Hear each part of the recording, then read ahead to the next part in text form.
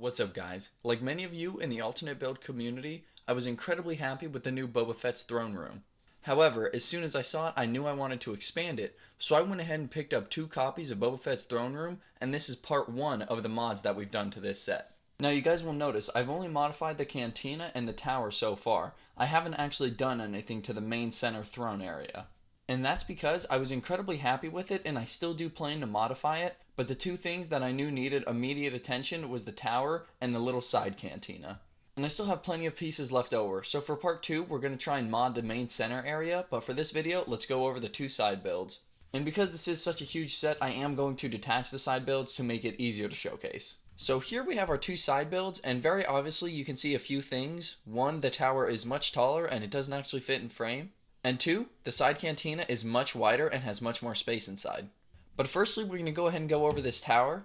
So here is the exterior of our new and improved tower. We're going to go ahead and start from the base and we'll move up. So starting with this doorway area, you can see I kept the same design of the original door, but I made it much wider. The door on the Palace Inn universe is incredibly wide and heavy, so I wanted to try and mimic that as much as possible without making it too huge. And I think I accomplished that pretty well, and with making the door wider, I was actually able to make the staircase on the inside much wider as well. I thought 4 studs was just a little too thin, so I went ahead and made it 8 studs wide so it matches the doorway and the large staircase that's actually seen. And of course we still have the control panel on the inside to control the door.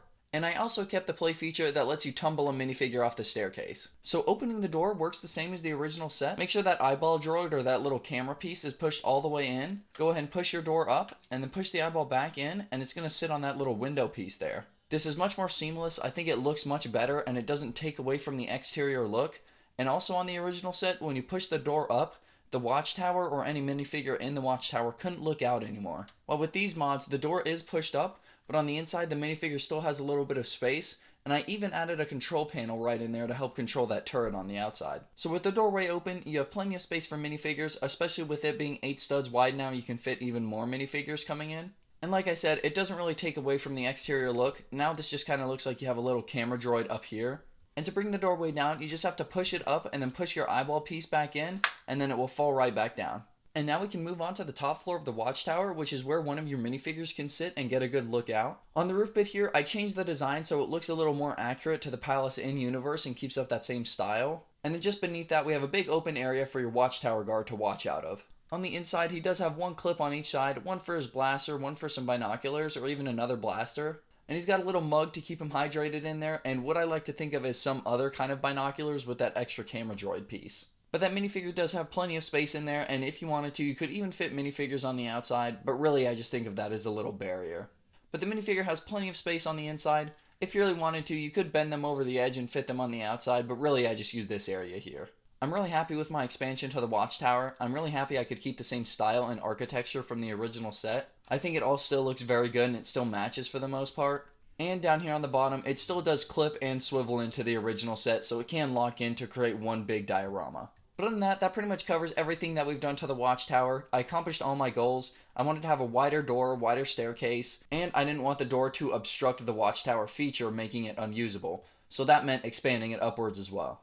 But I'm really happy with this. Now we can move on to the side cantina. So I know many people who have modified Boba Fett's Throne Room have just torn apart the side cantina and used these pieces for the watchtower and extra mods on the inside. And I completely get why some people have done that. They don't really care for the build on the original set. But I actually liked it and I wanted to expand it just a little bit. So you can see now I have 2 booths. I have 2 minifigures on the right and you can fit 2 on the left there. And I did toss Cara Dune in there with a custom little LMG to help fill out the cantina area and act like some muscle sitting around the palace. But with her and the Coron out of there, we can get a better look at the inside and both booths. So you guys can see I'm having a little bit of trouble getting some light in there. And in play, it was also really hard to get my fingers back here to get minifigures sat properly in that back seat. So I kept up the theme of the folding out big old display diorama, and this little cantina actually opens up to make it easier for play and also for recording. So on this right side booth there, it's pretty much that same booth from the original set. I went ahead and used some extra pieces for some like extra spotchka and extra just beverages sitting around.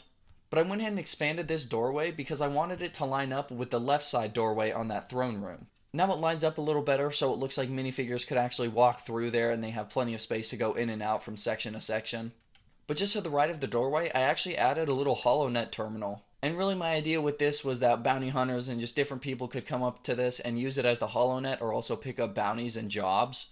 So I added that in the corner there for anybody to walk up and use. But on the left side, we just have a little bit of a different booth. It does have a little bit of armrest, so it looks a little fancier. If I had more of these pieces that I hadn't used elsewhere already, I would toss it on these seats back here, but I just didn't have enough. Then on the table there as well, we just have some beverages sitting there. Other than that, there's not really much to this little side cantina. I did make it expandable because, like I said, after I originally built it, it was just too hard to get my fingers into this back corner. And you can see on the roof here, I went ahead and tried to hide the locking mechanism as much as I could. Overall, I think it looks okay. There's some crates to help hide it a little bit, and it just looks like some small exhaust vent up here. So I'm pretty happy with how I ended up doing the locking mechanism and just designing the whole roof. But I'm also really happy that I was able to keep up the original architecture from the original set, and none of this looks too out of place and looks like it was hobbled together. It actually looks like it could have come from the original set. But other than that, that pretty much covers this little side cantina.